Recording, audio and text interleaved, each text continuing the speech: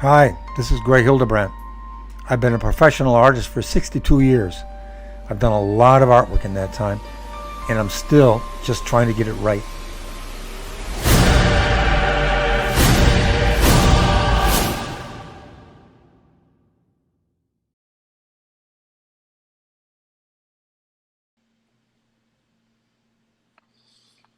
All right. We are officially live now for the first time. I am Keith Garlitz. I am with the legendary Greg Hildebrandt. So, who's how you still doing, trying to Greg? get who's still trying to get it right.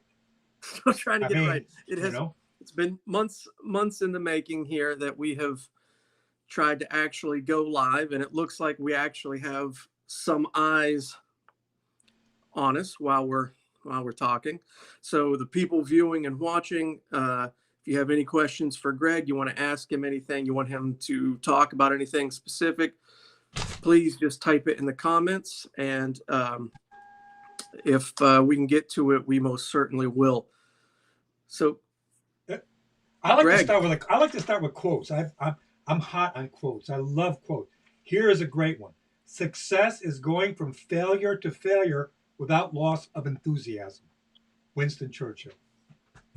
that's That's a pretty good, right? fantastic. But of Yeah, course, we have at the same time almost we have another great one. Never kick a fresh turd on a hot day. Harry Truman. I kind of like that one. Then, of course, there's do not fear mistakes. There are none. Miles Davis. I love those kinds of things. You know what I mean? They're kind of like very cool to. I put them up on a wall or something. I read something I like. I stick it up there. The mind is its own place, and in itself can make a heaven of hell, a hell of heaven. Satan from Paradise Lost by Milton. very good. Now, Anyway, I got let's go back to the Miles Davis quote. oh yeah, Do that's not all. fear You can make a lot mistakes out of that, right? because there are none. Right. Uh, yeah, I I don't know that he believed that himself. I don't know what he believed. I just like the way it sounded. You know what I'm saying? Yeah, You I kind mean, of just excuse thinking you about how can. he interacted with his band members. Like Yeah, yeah. so. You could make a lot about that point. Yes. So anyway, so I mean, while this is going live, it's going to go up on YouTube for everybody to watch. So this is our inaugural kickoff live stream. Why don't you give us a little introduction to who you are and about your career so far? Well, I mean, I I was born in Detroit, Michigan, in January of 1939. So my birthday is only a couple of months away, and I'll be 82.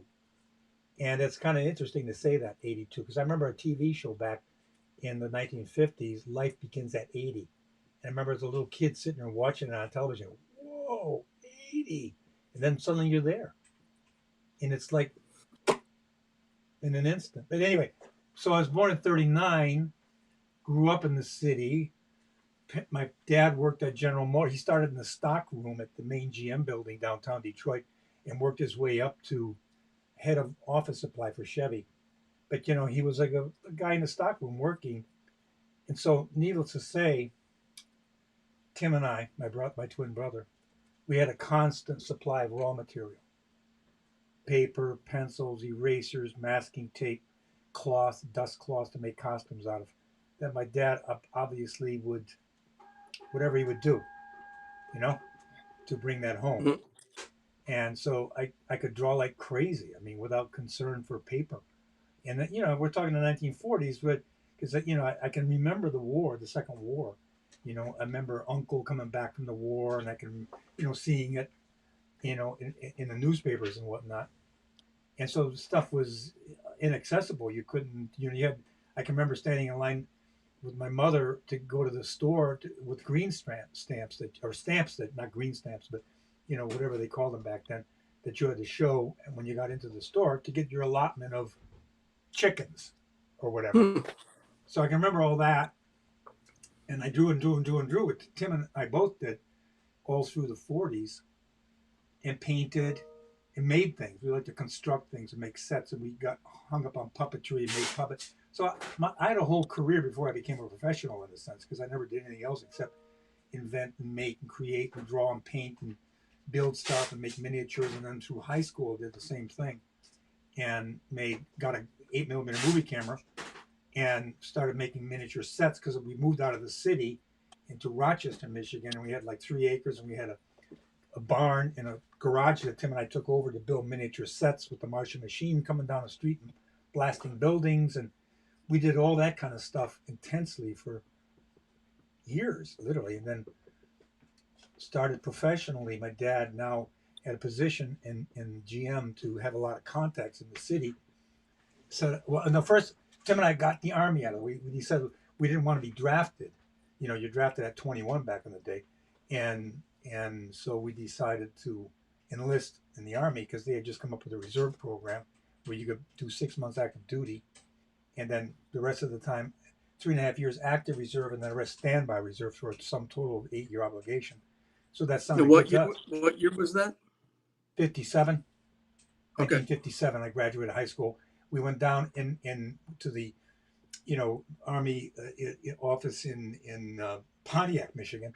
Talked to them there. I forgot what we did, what the procedures were, but then they set up a physical at Fort Wayne in Detroit, and we went down right after graduation and spent the whole day, getting your physical, which was a freak out to me. I mean, it was like I was not used to that kind of world, because I was very isolated in a way.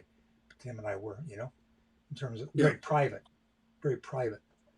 And boom, you're into this middle of this strip down, bend over, all this kind of stuff. You know what I mean? It was like really, I said, what am I getting into? Should I do this? Well, you're pushed through the system, and finally you're sworn in, and there it is. You're in, Too late at that point, right? Too late. Yeah. So we went in, but we were still, we were looking to go work for Disney. That was our objective, since we saw Pinocchio when we were little kids. Disney's Pinocchio. Okay. Freaking blew our minds, And I want to be an animator. So did Tim. So we would write letters to Disney, ask them what we had to do to apply for animators, and they sent letters back to PR department saying, Really?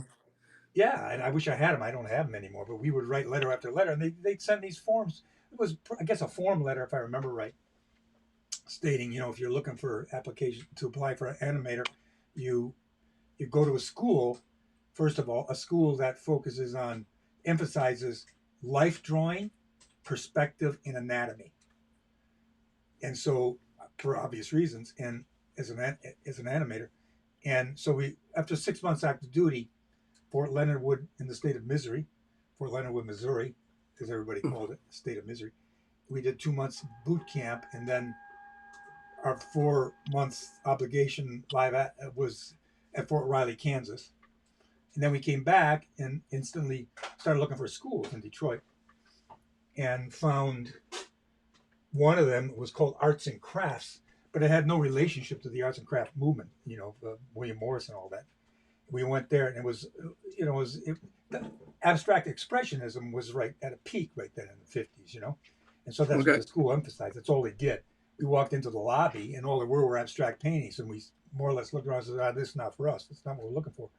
So we did find a school in Detroit on Woodward Avenue by the Arts Center, where the museum was, and fantastic museum in Detroit. We used to go there all the time.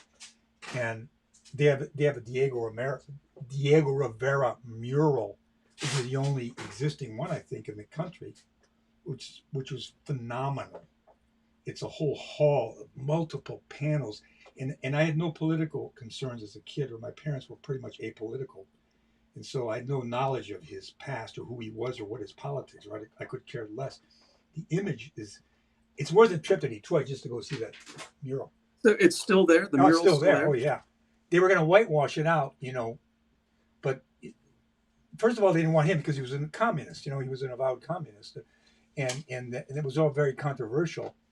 But he was obsessed with, he wasn't like, he never read Lenin or Marx, so he was not, he was for the people, you know what I mean? Zapata was his hero. And the Native American culture in the world that existed before the invasion, this was his formation. And his mural is a big statement about all that mixed with the mechanics of Detroit, the auto industry, which totally blew his mind. He was totally hung up on machinery and the design. Oh, it's mind-boggling, but that's a whole other story. It had a big impact on me as a kid, though, because when you go in, it's this main hall, which is the building was not constructed for this mural, so he had to deal with the space that was allowed and all these between pillars and windows and doors and everything, and so you have this almost sequential storytelling thing going on, multiple imagery forming a concept. And so I always looked at it like it was a movie almost, like, or at least the comic books that we were hung up on, sequential art, So all that was an influence on us growing up all through by the time I got to art school. And we found this old school. It was an old line school in Detroit, Meinzinger's Art School. It had been big in the 1920s. And then it got reduced down to a smaller kind of like space off Woodward Avenue, which is the main drag in Detroit. It was a walk up, above a storefronts. And it was really cool, though, because it was an old building, probably built around the turn of the century, with the creaky floorboards. The teachers are all these bow tie, pinstripe suit guys, because it was a proper school, reading, writing, arithmetic, It was fantastic. I loved the place. It was just great. And so it was a 6 months basic course that they offered, and then you went on for like 3 years after that, specializing in various areas. But so we took the basic course, which was anatomy, life drawing, color and design, perspective. And so we more or less got basic information from that, a lot of good information. But the main one that Tim and I got was from Mr. Meinzinger, Bill Meinzinger, who was the son of the founder of the school. He taught color and design, and he made a point that the strongest point that Tim and I got to affect our approach to color is Mr. Meinzinger said, observing the color of light. He pointed out the different lights in the room or outside the window. Look at the color of that light. See the color of that light shining on that object? The color of that light is affecting the color of that object. So all things are affected by the color of light shining on them. And then he also made the strong point, if there's a warm light on a subject, there's a cool shadow. And if there's a cool light on the subject, there's a warm shadow. You know what I mean? It gives you a premise to go by. Like, in other words, if you're going from a highlight to a shadow, it goes from light to dark, but there's a color shift that's moving in a direction. This light here that we're looking at here is warm.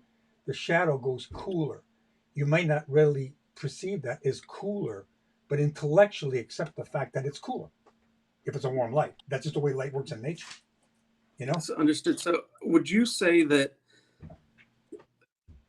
those two principles then have kind of become your signature throughout your art career? Like that's really what you're known for is your lighting. Yeah. I think that gave it the foundation. Tim and I were hung up on that stuff before that, though, in regards to the movies, Technicolor. Mm-hmm. Where you'd go in and you'd see the interior and inside, whatever, David and Bathsheba. I don't know why that jumps into my mind with Gregory Peck. You're inside and he's playing King David, and all the torchlight is all warm, but the extreme blue, almost ultramarine blue lights from the outside. That stuff used to grab Tim and me. Whoa, look at that. That contrast in color, which Technicolor really emphasized that, in a lot of those beautiful, Technicolor films back in the day. So we were observing that stuff back then. And then Disney, but with Pinocchio, because those guys were totally aware of that stuff. I didn't read about it, didn't know about it, but you go see it. And then when Mr. Meinzinger gave us that foundation statement, all that sort of like was always there already, but only just, put it in words now, and that became our whole thing. And that's still my approach, So then that the career wise, so we went to school for 6 months, and my dad now, like I say, had a lot of contacts in the city, and by this point working at GM, and we came home once. I remember he says we were just at the end of the 6 months basic course, and Meinzinger's was anticipating that we're going to enlist for the next 3 years, And my father said, well, you guys want to go show your portfolio at the Jam Handy organization. Now, the Jam Handy organization was an industrial film producer in Detroit, the biggest in the country. I didn't know this as a kid. We were in the back of the car, drive by they had 3 buildings on East Grand Boulevard, which is near the GM building, actually, across from Woodward Avenue. And we would always see the Jam Handy organization. As a kid, I always thought it was a jam factory. Jam Handy, I mean, whatever. And Yeah. so, and my dad said, well, they're industrial food. We said, whoa, well, yeah. So he set up a meeting with one of the VPs at Jam Handy's, and we brought our portfolio over, stuff we were doing in school, the stuff we were doing at home. And the VP, Otto Simonek, I still remember that name. He took us, he liked what he saw, and this was their main building on one side of the street, and took us across the street where the animation department was. They had a whole professional animation department. And we went over there and showed Bob Kennedy, who was the head of animation, and Bill, he was no relationship to the Kennedys, and Frank Goldman, who Mr. Goldman was he was a friend of the Fleischer brothers. And I finding out from these guys that Max Fleischer came to Detroit and worked there for 10 years after his studio folded. Fleischer being Popeye, Yeah. Betty Boop, Yeah. and the three feature films that they made, 2 or 3. And so they were there for 10 years. And so, but he wasn't there when I went there, but Mr. Goldman was still there, and various animators that worked at Max Fleischer's studio were still there. So in any event, we showed them our stuff, Bob Kennedy and Mr. Goldman, and they hired us right then and there. They said, fine. And for $1 an hour. It was $40 a week, which I think at that time was probably about $8 an hour, $9 an hour, something like that in today's chart. And hell, I mean, it was like dying and going to heaven going to that place, because you had these. Yeah. There was a Disney animator, Paul Coulter. He had worked on the early stuff. I mean, I'm talking Pinocchio, Fantasia, and he was one of the directing animators. Wally Siegel, who was at Fleischer's, and Tom Moore, who was at Fleischer's and Paramount. So they were all these 3 directing animators, were guys that had been in the business for many years. So we apprenticed with them. They hired us. There was a big back room filled with all the assistant animators, and that meant assistant animators meant you did everything from ink. We started opaquing cells for Air Force training film. There were little pie cuts flying around on the screen like this, showing you the movements of the planes, followed by a ribbon that showed the formation. The Air Force was one of their accounts. It was Jam Handy's accounts. They had Air Force, the Navy. They did training films for the Navy, and they did films for GM, film for Ford, U.S. Steel, Campbell Soup, and we worked on maybe 12 movies while we were there for 6 years. Initially starting at the bottom, opaquing cells, like I say, for this Air Force film, and then painting backgrounds, designing films, doing storyboards, styling movies. And I was about 20, what was I back then? I was 21 years old, I think. I started there what am I talking about? I started there at 19 years old. And then, are we still on? Keith?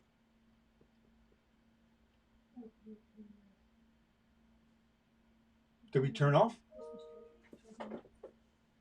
I don't know if we're live or not. Jane? Yeah. Keith suddenly disappeared. I don't know whether we're still live. I'm still on the screen, but I don't know whether it's still live or not. Hang on a second.